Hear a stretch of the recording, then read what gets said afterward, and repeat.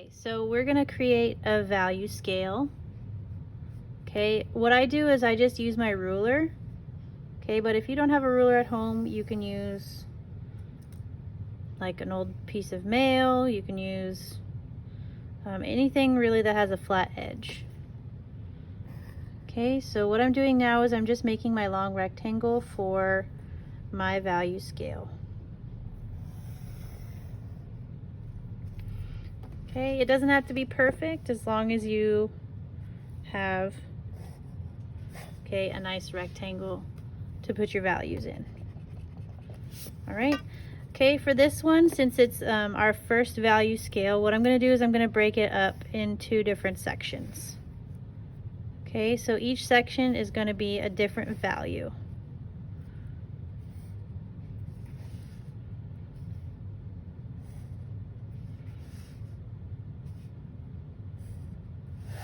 Okay, so it'll look something like this. Okay, we're gonna have our ones here, 2s, 3s, 4s, and 5 and 6. Okay, we're gonna go from dark, okay, to light. All right, so usually what I like to do is I like to start with my darks first. Okay, I'm just gonna use the side of my pencil. Please, when you're doing your value scales, please make sure you're using pencil.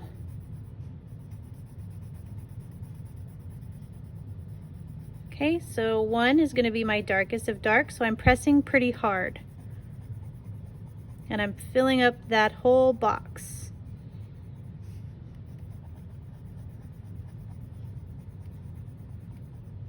Okay, and I can always come back in and darken this up later if I would like, if I need to. All right, then my number 2 is going to be a little lighter than my 1. So I'm not pressing as hard, and you can see there's kind of some white space in here. I'm going to actually go back through to see if I can get that white space out of there.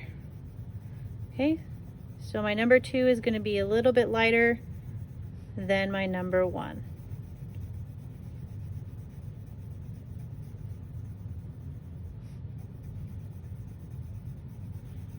Okay, and then remember, you can always come back and darken these up if you don't think that they are dark enough. Okay, and then I would continue on. So my 3 would be lighter than my 2. Okay, my 4 would be lighter than my 3, and so on. Okay, so now you can see that I have got my value scale complete. So I've got my 1s, which are my darkest of darks. I've got my 2, which is going to be my dark gray. My 3, which is going to be my lighter than 2, okay, and then I keep going all the way to my 6 here, which is white. Okay, so remember, we have our highlights. Okay, we have our mid-tones, and then our shadows. Okay, now what we're gonna do, okay, I've already kind of started this next one here. So what we're gonna do is we're gonna use different lines to create value. Okay, so for this next example, I'm gonna use something called cross hatching, which is gonna look something like this. You're gonna have a series of lines, okay, that are gonna go one direction, and then lines that are gonna cross going the other direction. Okay, you can do them a couple different ways. Okay, so that's something called cross hatching. All right, so remember, 1 is going to be our darks, okay, and 6 is going to be our lights. Okay, so we're going dark to light. All right, so the closer our lines are together, when you're using lines or other designs to create value, the closer together they are, okay, the darker they're going to be.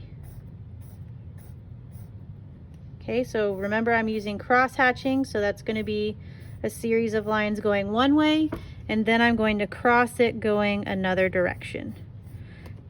Okay, and remember, the closer together your lines are, the darker your value is going to be. Okay, so there's my darkest of dark. Now I'm going to move to my number 2. Remember, the closer your lines are together, the darker your value is going to be. So with this one, my lines are going to be a little further apart than they were for my number 1.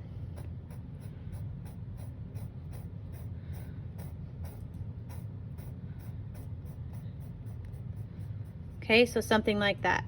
So we can see that we have 1, which is my darkest of dark, 2, which is my next value that is a little bit lighter than my dark value.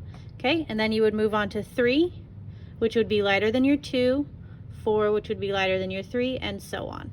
Okay, so I've completed the cross-hatching value scale. So as we can see, we have our darkest of dark, which is our 1. Remember, the closer your lines are together, the darker your value is going to be when you're using different lines or patterns. Okay, then my 2, my 3, my 4, my 5, and then my 6 is going to be white.